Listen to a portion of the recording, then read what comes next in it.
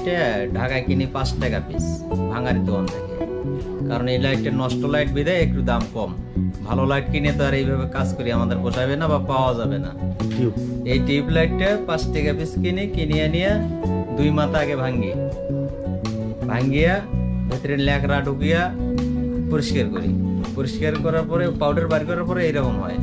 এরকম হওয়ার পরে আমি মনে করেন যে এটা গ্যাসের আগুনে ধরিয়া সাইজ করে কাটিয়ে যেটা যে সাইজে জিনিস বানাই সেটা সেই সাইজে কাটিয়ে জিনিস তৈরি করি।